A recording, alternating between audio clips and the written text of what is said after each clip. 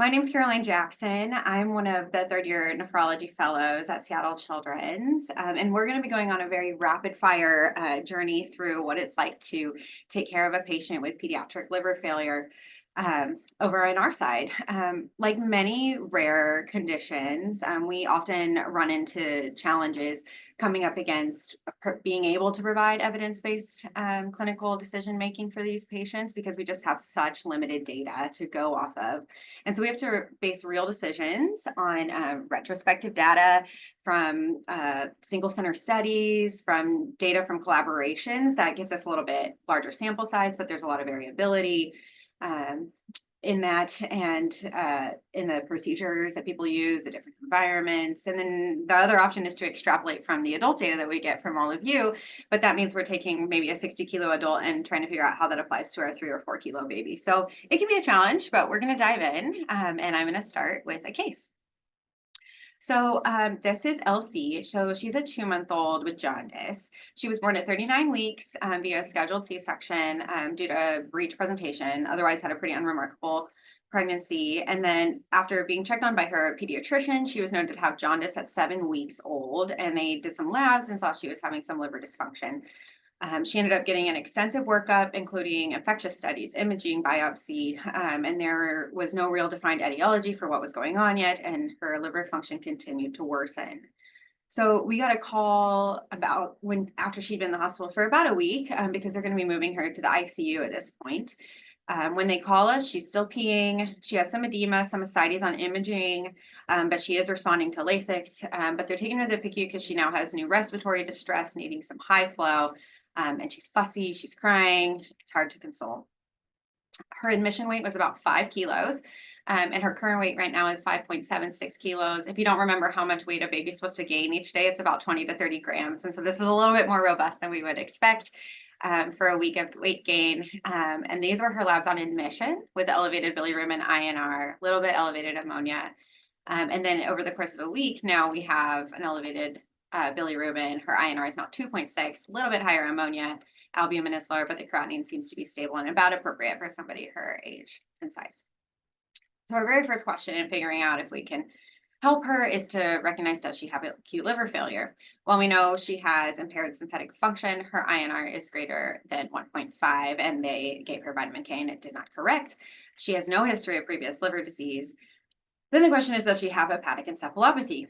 As you can imagine, this is a little bit challenging to think about in babies. This baby here who's screaming and crying and pulling at their leads, are they anxious? Are they disoriented? Is this inappropriate behavior for them? Difficult to say. They might just be scared and cold. So it makes it really hard when we're using adult criteria.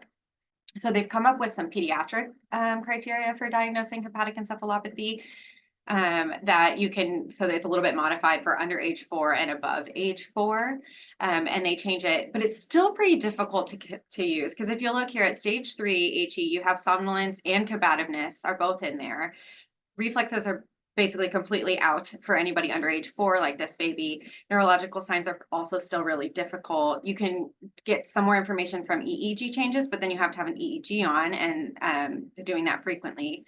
And then even over 4, as a parent of an almost 4-year-old, I look at some of these and said, mood swings, inappropriate behavior, maintaining speech or control. That kind of sounds like someone who doesn't want to stop watching Bluey, is overtired, and then wets their pants. So it's really difficult to say if a child has hepatic encephalopathy. So we have a pediatric acute liver failure definition that came from a study that we'll talk about more, where you can classify someone as having acute liver failure if their INR is greater than 2, even if they don't have hepatic encephalopathy. So that allows us to include a lot more children who show other signs, and we just can't tell if they have hepatic encephalopathy or not.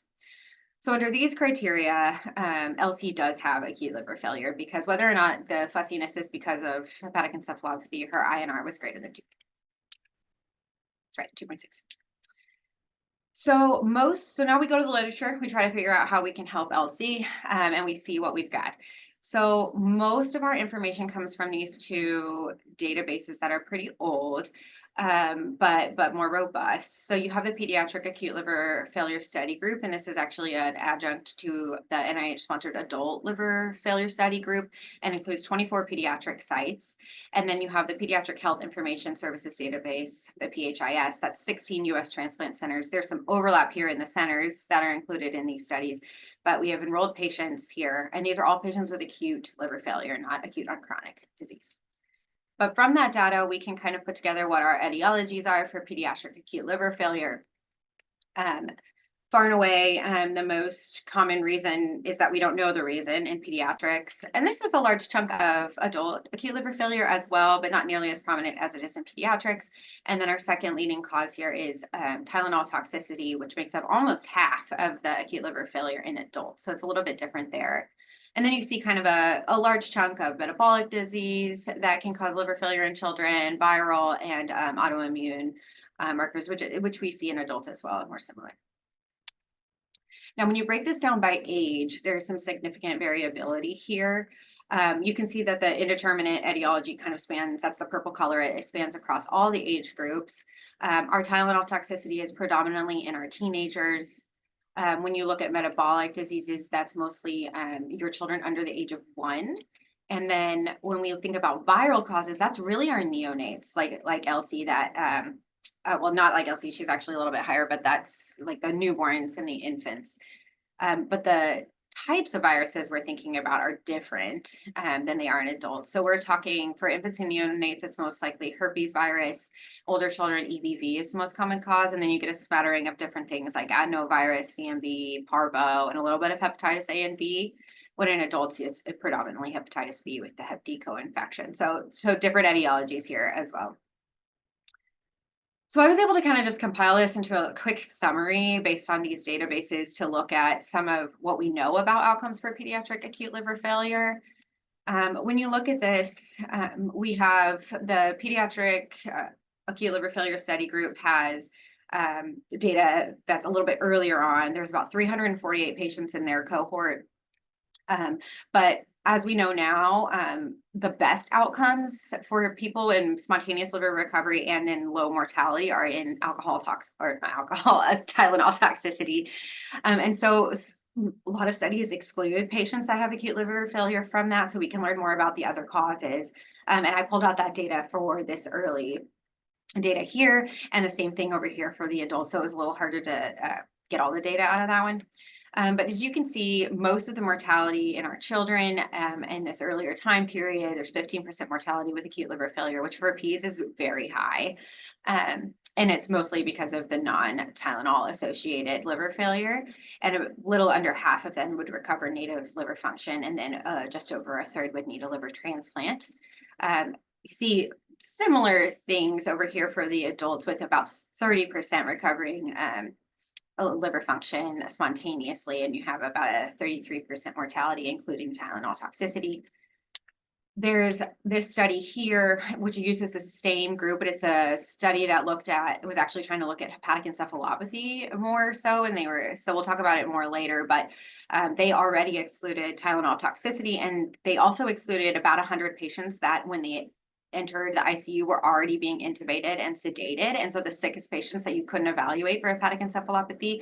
So you have to take this one with a grain of salt because your sickest patients aren't included, but you see a little bit better native liver function recovery here and a little bit improved mortality. Could be just because the sickest patients aren't there, or there's, moving forward in time. And then if we move to our later data, which is still pretty old, 10 years old, we see improved recovery of native liver function in both Tylenol and non-Tylenol causes across the board, also in adults, and also a significant improvement in mortality across the board. And this improvement in mortality is not because there's more liver transplantation, it's that there's actually more recovery of native liver function. So something that we're doing is helping people recover and keep their livers. So the study I alluded to that's using this pediatric acute liver failure study group cohort, here's some of the data that looked at the relationships between outcomes and hepatic encephalopathy for children. So they divided all of their kids, their almost 800 children, into groups. And the first group is they didn't have any HE in the first 7 days of admission. The second group is they didn't have HE when they were enrolled, but they developed it over time. And then group three, they have HE right when they're enrolled, so they're the sickest, but then they divided those into a mild and a severe based on their INR. And if you look here, the highest mortality is in the group with hepatic encephalopathy and the worst, the highest INR, which you might expect. The lowest mortality and highest rate of spontaneous recovery is group one, which you also might expect, but the authors do point out there were still 11 deaths in children who never developed hepatic encephalopathy. And then actually group two, where you're the least likely to recover your spontaneous function and need a liver transplant, are those who developed HE over the course of the week. What was actually the cause of death in these 88 children that died in their study?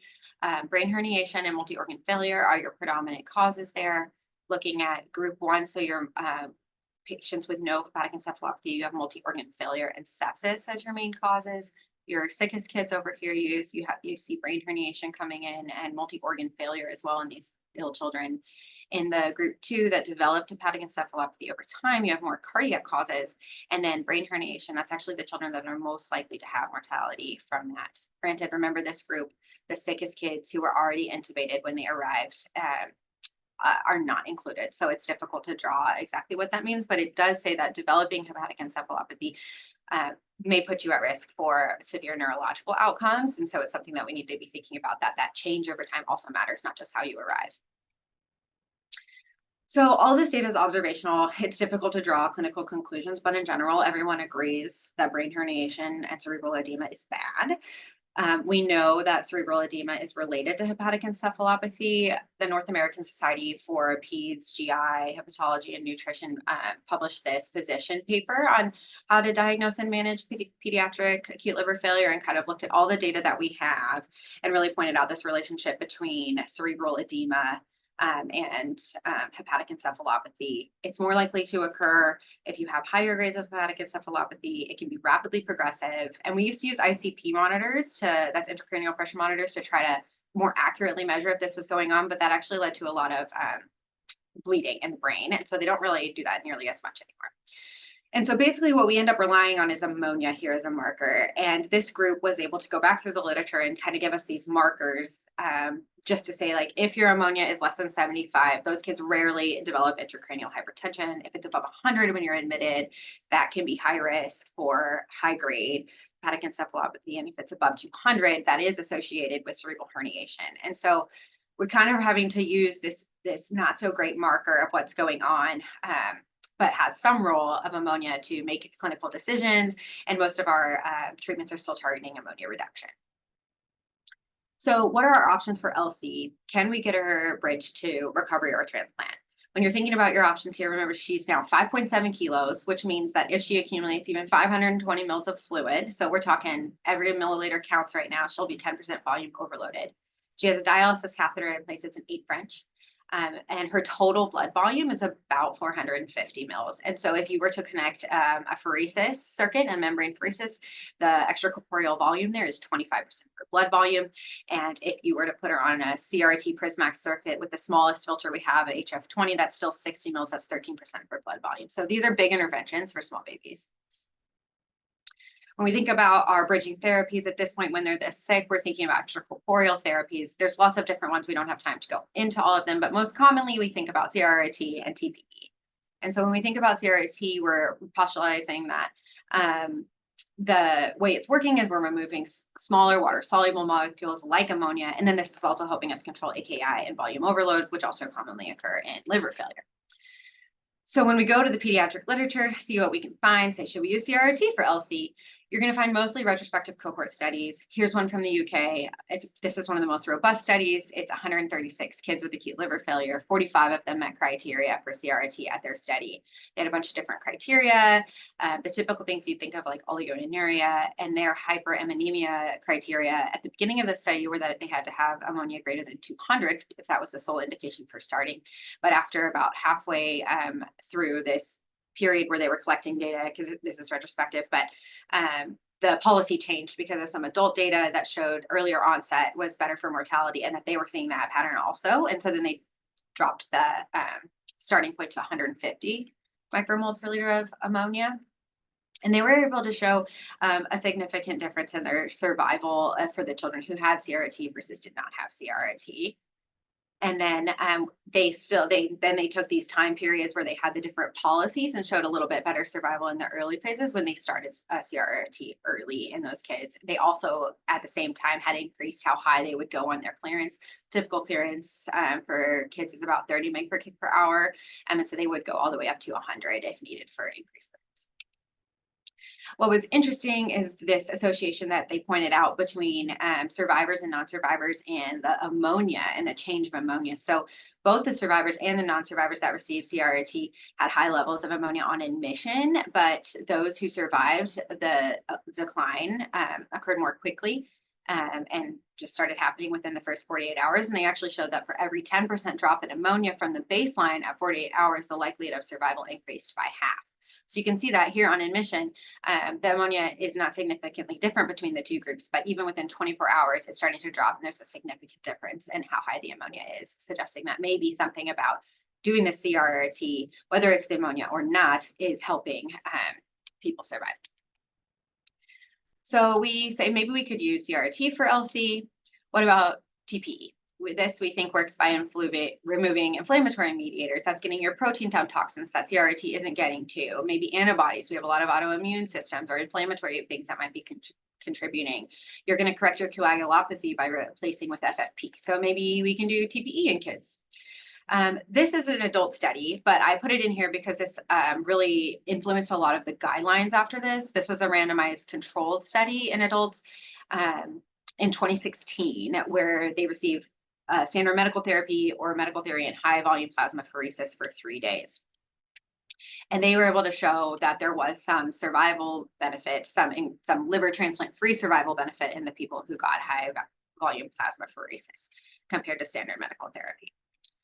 So after this, in 2017, the European guidelines came out and said we should think about TPE for liver failure. And then in 2019, ASFA, the American Society of Apheresis, came out with some guidelines and also said we can think about pheresis as a first line therapy and or high volume plasmapheresis. And then after some additional data, there was another study in 2021 that was a randomized study that compared 3 groups, high volume, standard volume, and standard medical therapy, and showed similar outcomes with the standard volume and high volume. And so these recommendations have kind of just said, yeah, you can try TPE. It's not the strongest evidence, but we think it's worth trying. And then from pediatrics, we don't have any real great studies about this, but from 2 people, Akash Deep and Emma Alexander, who are well known in the liver failure world, they did a pretty solid review. They found 4 studies, retrospective studies of data about pheresis in children, and looked at all this adult data and said that, yeah, maybe TPE also has potential benefit and can be done for children. So maybe we can do CRT, maybe we can do TPE for LC. What if we do both? So they've done some studies looking at that. This is a pediatric study done in Vietnam, and this is a nice study because they had 2 eras, and they have the era where they were only doing CRT alone for acute liver failure from dengue. And then they have an era where they were doing both, and they were able to show that there was significantly improved mortality when they added TPE to their CRT previously. Now, this is all acute liver failure from dengue, and that is very inflammatory. So I don't know how this applies to all children, but it was interesting, and it maybe was concept that it can be done. So what is our best bridging therapy for Elsie? We're thinking about this little baby in front of us right now. As we're trying to make these decisions and the day is progressing, even though she's been NPO and is receiving no nutrition, she gets over 500 mils of fluid, and she ends up being positive 420 mils for the day. So we decide we're going to initiate CRT for volume overload. We're going to run that through the night, and then we'll plan to do tandem pheresis in the morning. By the time we start CRT, so just a few hours later, her INR is now 3.2, her ammonia is up to 62, and she's been intubated because her respiratory distress has worsened. Overnight, she develops actually very severe citrate toxicity, which is something we see in our babies, small babies pretty frequently, but this was pretty extreme with the total calcium of 26. So she transitions to epoprostenol for her anticoagulation, and we do TPE in the morning. We have a lot of challenges with her circuit clotting, line malfunction. Remember, it's just an 8 French. It's hard to get up to high blood speeds with that. So this is pretty common. And then times where she's off CRT, she's getting a new line, or the circuit comes down, and we're fiddling with it. Her creatinine peaks to 1.1. And so she now has an AKI as well. But we were able to basically continue CRT with daily tandem pheresis for 4 days, and then she receives a liver transplant, and we continue to do CRT in the OR. So we were able to successfully bridge her to that transplant. Post-transplant, she has some bleeding complications, but ultimately has good liver function when all of that is taken care of, and continues to need ongoing kidney replacement therapy for about 4 weeks. And then she starts peeing again, and her creatinine comes down to 0.2, and she's doing well on the floor on the liver service, recovering. But then 2 weeks later, there's an acute change in her liver function. Now, her labs came back when they were screening, and her ALT has skyrocketed, and her bilirubin is also climbing. Her ammonia, INR, creatinine are still relatively stable at this point, but they're giving us an FYI because something is up. They start to do a big workup for her. Her liver biopsy is overall not revealing a maybe indication of a viral insult, but we're not really sure. There's no acute rejection. The tests aren't giving us a ton of information yet. And within 48 hours, she continues to worsen, and her albumin is dropping, and her INR is now at 2, and her bilirubin continues to climb. Creatinine is still holding on. She's still peeing. She's responding to Lasix, but if you look at this weight gain in 48 hours, she's accumulating a lot of fluid, and now she's requiring respiratory support. Again, is high flow nasal cannula, and again, she's fussy. She's crying. She's requiring sedation to tolerate her respiratory status. So we can now classify her as having acute on chronic liver failure because she's doing this in the setting of having liver disease prior. We don't even have time to really go into acute or chronic liver failure, but if you thought there was limited data on acute liver failure in children, there's even less for acute on chronic liver failure. We don't have a separate definition for this, but they do allow us to use our modified HE scale and grading, and we can use radiologic evidence for ascites instead of exam findings because it's kind of difficult to tell in little babies sometimes. Really quickly, this is from a pretty decent study also in the UK, and by decent I just mean it had pretty good numbers, and they divided their group into patients that had chronic liver disease and were approaching end stage, like the slow burn patients, versus patients who then tipped over into acute on chronic liver failure. So the ALF you're seeing here is actually acute on chronic liver failure, and you can see biliary atresia is by far and away the most common reason that these patients were, and these are all patients that received liver transplant. So they were the reason they were transplanted. This is progressive familial intrahepatic cholestasis, and then you've got alpha-1 antitrypsin deficiency, autoimmune causes that are causing this chronic kidney disease that leads to liver transplant. And then the things that tips people over into more acute process, more severe process, is your viruses, and then sometimes a drug induced from a hepatotoxic drug. Very different than in adults, where we're mostly looking at alcoholic cirrhosis and hepatitis C and other liver diseases as your acute on chronic. So we're getting even more differences here than we did in acute liver failure, and it's even harder to extrapolate from adult data in this setting. When we look at the long-term outcomes, this is a study where all of the patients were transplanted, so it's a little difficult, but you can see those kids that tipped over into acute liver failure have worse outcomes and include graft survival and patient survival than those who got their transplant after kind of a slow decline from their chronic liver failure. And they actually have very good outcomes. So this is some more information from our pediatric transplant data from the SRTR for kids that are on the wait list. And so you can see we've got young kids, a large percentage of them are on the wait list, and then a chunk of teenagers. When you look at the reason that they're on the wait list, even though we have the most data on it, acute liver failure is actually only a small percentage, like 5 to 7% of the kids that are waiting for a liver. It's all these chronic diseases that are taking up more space on that list.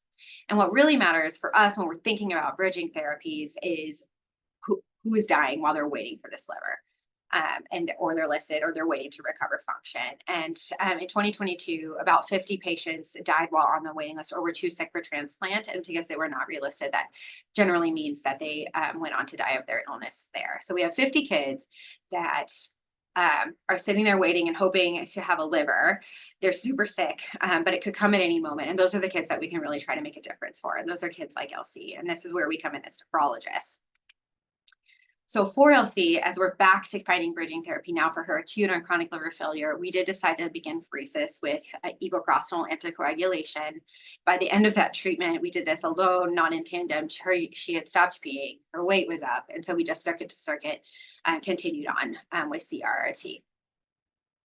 I'm going to take just 1 second to plug this real quick, but this was patients like LC are kind of why I got interested in liver failure. And why I'm passionate about figuring out how we can better these bridging therapies for children, because it's this really critical moment where we can capitalize and get these children, because there's hope of really good outcomes coming in the form of a liver transplant or even recovery at any time. So this is a study that I published under the guidance of my mentor, China Menon, this year, where we just presented our retrospective data from a cohort of patients that we performed tandem therapies on at our institution. Our study we had 23 patients from 2015 to 2022. We're able to do age-adjusted hazard ratios. This really isn't the important part, so I'll go through quickly. But basically, our study has both acute liver failure and acute and chronic liver failure mixed together, which is most pediatric studies, even though we say they're pretty different. And you can see our acute liver failure kids were older and bigger compared to our kids with acute and chronic failure, and our acute and chronic failure kids had more comorbidities. Our etiologies were pretty similar to what's out there in the other studies. Acute liver failure, we don't really know why they had it. Biliary atresia for acute and chronic liver failure, and then all kinds of different things. The biggest difference here was that we didn't have any of our kids with acute liver failure die. They all survived to liver transplant or recovery, and all of our deaths were in acute and chronic liver failure. They were pretty similarly sick when they arrived, and when we started CRT on them, the biggest difference we saw was just in the number of comorbidities, and that's, you might expect that in patients that have an acute, a chronic disease. We had a little bit later start of CRT and TP in our chronic kids, but it wasn't significant. No significant difference between bilirubin levels. INR, it's not significant, but maybe was a little bit higher actually in kids that survived. And then what we were really interested in to see if we saw similar trends as they saw in the UK was this ammonia. And we did see that there was really no difference between the peak ammonia and the kids that survived and the kids that didn't.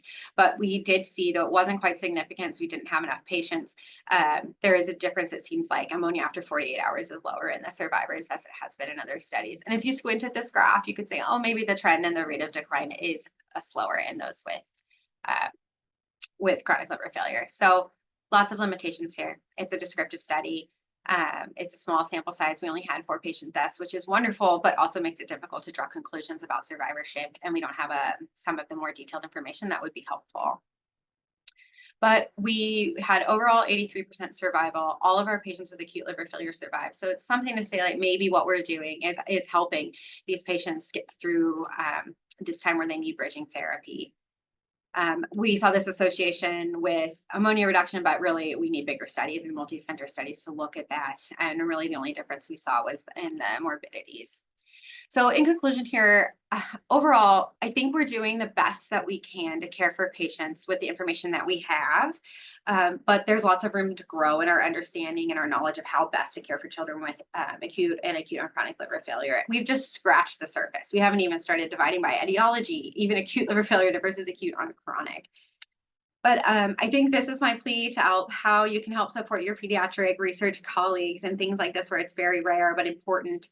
We're really reliant on collaborative and multi-center studies and registries in pediatrics. And so I think on our side, it's really important for us to have divisional and institutional support for participation in these collaborations. We also have to be very careful to monitor for bias within the collaborations because it kind of funnels all of the information and data to the same people.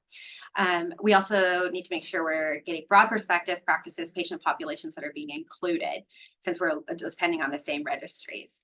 Our funding is quite limited and resources for data processing are even more scarce in these rare conditions. And so when you're developing your large adult studies and you're designing them and they're being funded, consider including a pediatric arm. That's some of the best data that we get and some of the most robust studies, and including pediatric colleagues in your design of your studies. And then as adults, you also can help us out by collecting data on your patients about their childhood history and exposures, their illnesses, were they born preterm, what's their AKI history. And when you report those long-term outcomes, we can actually use that information to help care for our patients now. So thanks for taking the whirlwind tour with me. I was very excited to talk about pediatrics today, and we probably need to move on to the next speaker, but I can stick around after and answer any questions that come up. Thanks so much, Caroline. I mean, as always, amazing that you can do this with such tiny people and small volumes. Those CRT numbers that you cited are just like pretty stunning to us. Maybe time for one question for Caroline. Question from Justin. Hi, I'm sorry, this is an extremely stupid question. Not stupid. I guess so. I've heard in the very little babies you do PD. Do you ever do any like continuous PD for kids who have liver failure? You know, we can do acute PD in babies that need it for AKI, for other reasons. We don't do it much at our center because we actually have some other modalities of CRT that use much smaller volumes. We have Carpe Diem and we have like jiggered with our Aquadex and we can use it.